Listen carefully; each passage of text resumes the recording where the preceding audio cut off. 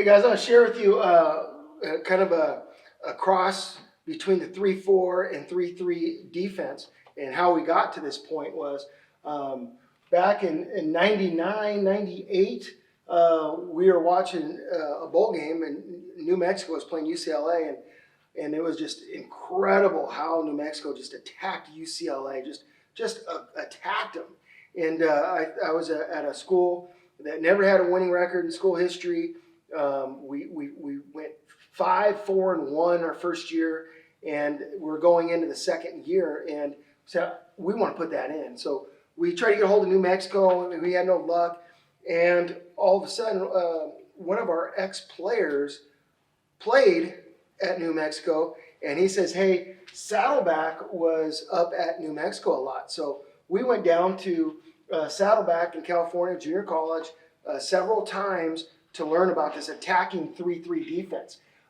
At that school, we were small, average size, but we had a lot of speed. We were very aggressive and played a lot of man concepts. We were very aggressive. Matter of fact, we were so aggressive that we said we were the offense. That's how aggressive that we wanted to be.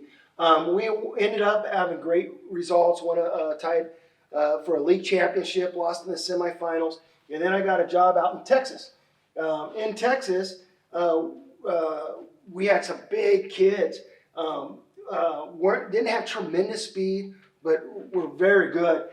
We really started to study Air Force, Virginia Tech, and really kind of dove into that, where we played a lot more zone concepts, zone pressures behind it. And we ended up being number one in the conference in almost every category defensively.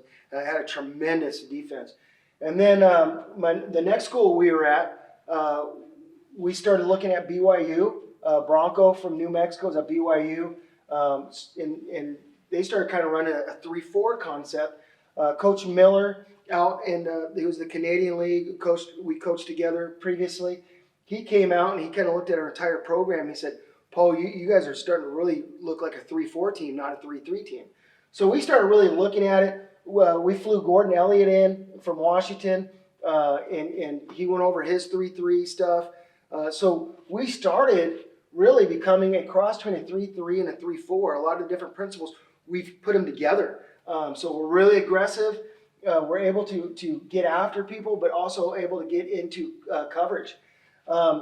Then the last one, where we're probably at now, is Coach Aranda at LSU started doing all the simulated pressures, and we started diving into that. So we're very multiple what we do. We've really grown a lot. And so one of the first reasons why we started running it is the top 10 reasons is it's extremely flexible to your personnel. Not the offensive personnel, your personnel. So like I talked about, if we were small one year, we're able to bring pressure, a lot of stunts and slants. If we're bigger another year, we'll be able to hit and lock out. So very, very flexible with what you have to work with. We're able to pressure any offensive system, wing T, double wing, 5 wide, 4 wide, any system we're able to attack. You commit maximum numbers to stop the run, so you can bring it to stop the run. Also, to drop versus a pass. I mean, we've dropped 8 before. I mean, don't like that. I'd rather bring 7, but we're able to mix up what we do versus pass teams. We commit maximum numbers to pass rush. We can 1+ them, simple by just simple calls and simple systems. Flexible, disguise, stem. So we'll be lined up here, but we'll end up over there. So there's a lot of stemming and a lot of disguising. Offenses are still unfamiliar with the scheme. So every week, even though we've done it for 16, 17 years, well, now probably 20, that people are still unfamiliar with it because there's so many moving parts to it. A dominant nose guard can control the offense. A dominant nose guard could demand a double team, then we feel like we got a number advantage. Offensive lineman has to face a D lineman that's going to hit lock out. He's going to half man slant, full gap slant, and then a shade. Mutates to outnumber the offense. Football's not complicated. It's about numbers. How do we gain a number to that offense? How do we get a number advantage? And this is a great defense that does it. So we're going to try to make it as simple as we can. and everything we got, we basically took from somewhere else. So let's dive in.